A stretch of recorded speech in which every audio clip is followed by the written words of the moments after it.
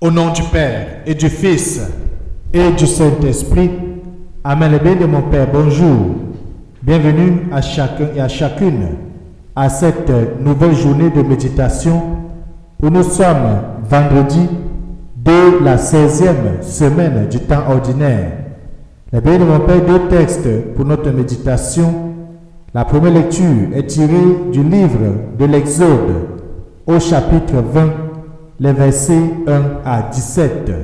Dans ce passage, nous allons découvrir la loi que Dieu va donner à Moïse pour établir cette alliance avec son peuple au jardin.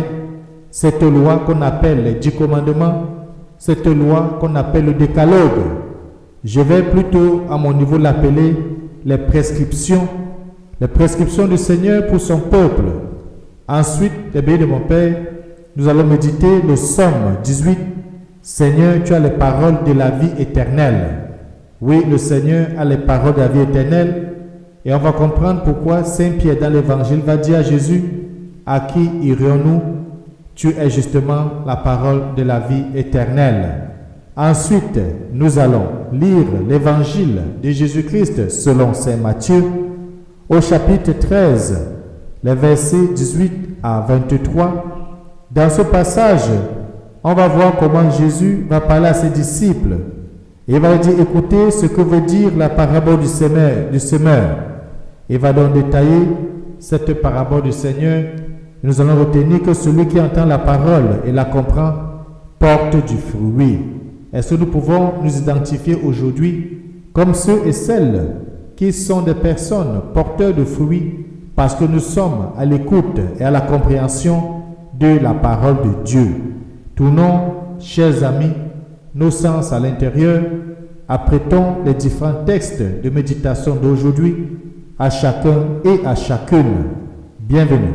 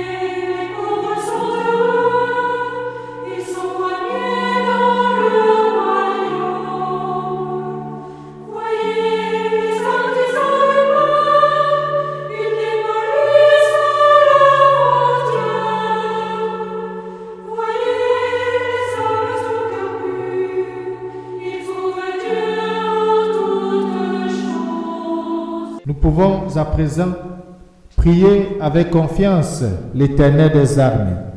Dieu Tout-Puissant, force de ceux qui espèrent en toi, sois favorable à nos appels. Puisque l'homme est fragile et que sans toi il ne peut rien, donne-nous toujours de secours de ta grâce. Ainsi nous pourrons, en observant tes commandements, vouloir et agir de manière à répondre à ton amour. Nous avons prié par Jésus-Christ, ton Fils bien-aimé, lui qui vit et règne avec toi dans l'unité du Saint-Esprit, Dieu pour des siècles et des siècles. Amen. Nous pouvons à présent ouvrir notre livre à Exode au chapitre 20, de lire les versets 1 à 17. Et méditons ensemble le psaume 18.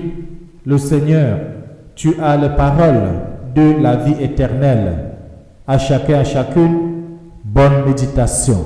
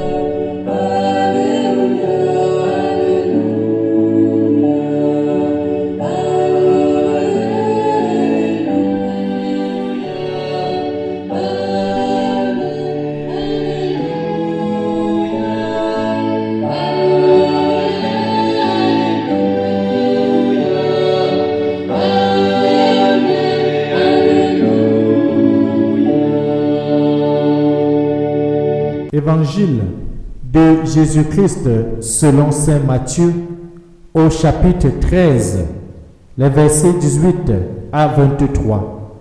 En ce temps-là, Jésus disait à ses disciples, « Écoutez ce que veut dire la parabole du semeur.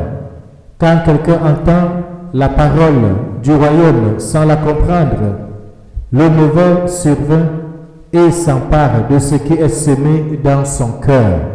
Celui-là, c'est le terrain ensemencé au bord du chemin.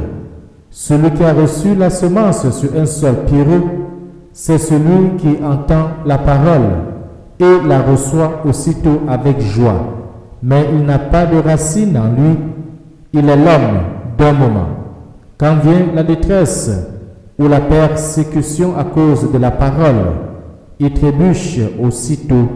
Celui qui a reçu la semence dans les ronces, c'est celui qui entend la parole. Mais le souci du monde et la séduction de la richesse étouffent la parole qui ne donne pas de fruits.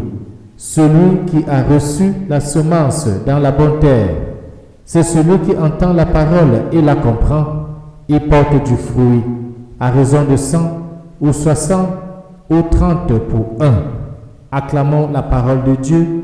Louange à toi, Seigneur Jésus-Christ.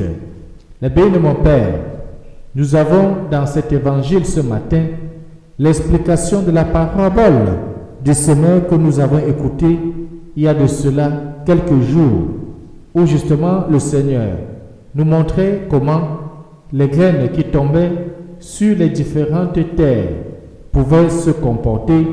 Et souvenons-nous, je soulignais que notre Seigneur se comportait comme un vrai agronome, comme un vrai botaniste, comme un vrai écologiste, comme quelqu'un qui maîtrise les sciences. Et d'ailleurs, comment ne pourra-t-il pas maîtriser la science si c'est lui le Dieu de l'humanité? La béni de mon Père, à différents moments de notre vie, nous sommes soit fertiles ou alors nous sommes pierreux. Un sol débroussaillé ou en friche. Oui, la béni de mon Père, le Seigneur, nous pouvons lui dire merci de continuer à y s'aimer la parole pour qu'elle croisse et enrichisse tout notre être. Nous pouvons laisser n'est-ce pas, notre corps, notre cœur et toute notre personne devenir le terrain du Christ et de l'inviter d'être ce ferment, d'être cet engrais qui fertilise notre cœur pour que la parole y trouve sens et puisse grandir et puisse croître sans difficulté. Oui, les bénis de mon Père, l'évangile est important, la bonne nouvelle, elle est importante et elle doit être la lampe sous nos pieds. Entendre ou écouter deux verbes, deux mots qui convient bien de bien les maîtriser. Distinction essentielle au cœur de l'évangile. En Jésus, Dieu vient en ma rencontre. Qu'il parle ou se taise, qu'il regarde ou fasse des gestes, toute sa personne est parole. Oui, la béni de mon Père, je peux l'entendre avec joie, mais sans me laisser saisir. Je peux l'entendre, mais sans laisser résonner en moi sa parole. Elle reste en surface et se perd dans le flot des événements, puisque nous en avons à chaque instant dans notre vie. L'homme d'un moment est toujours en dérive.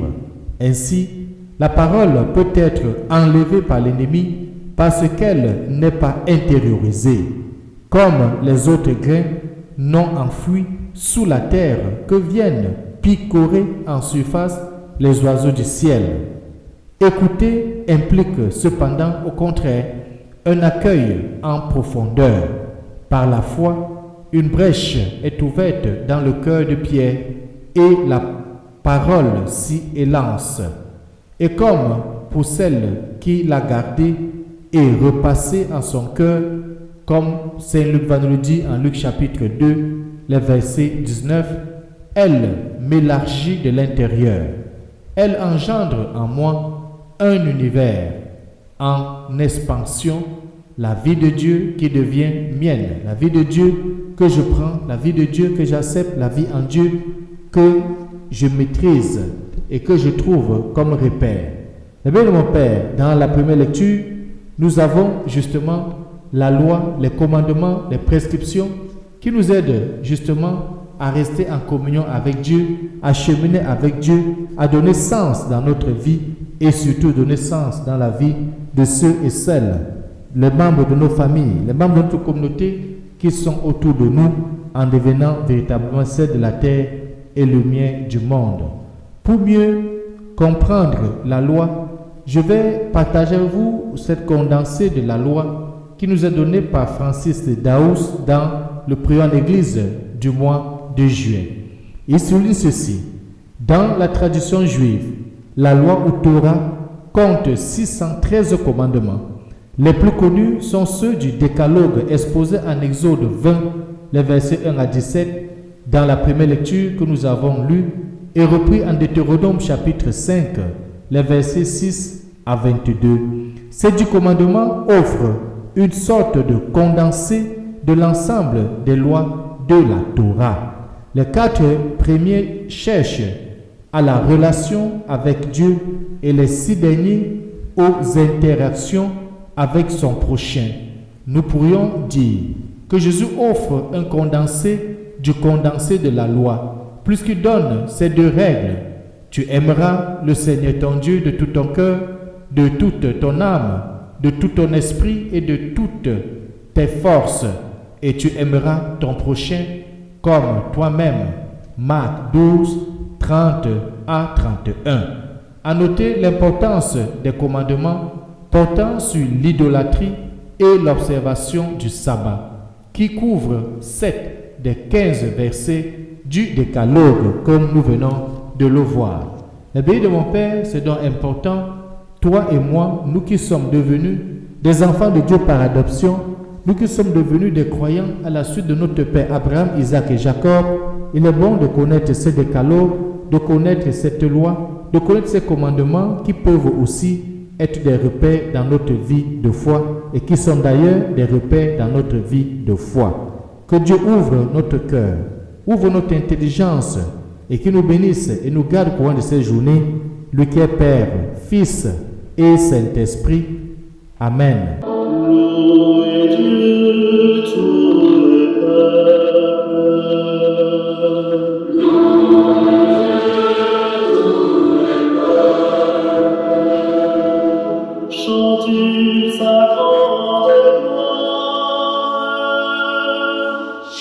Dieu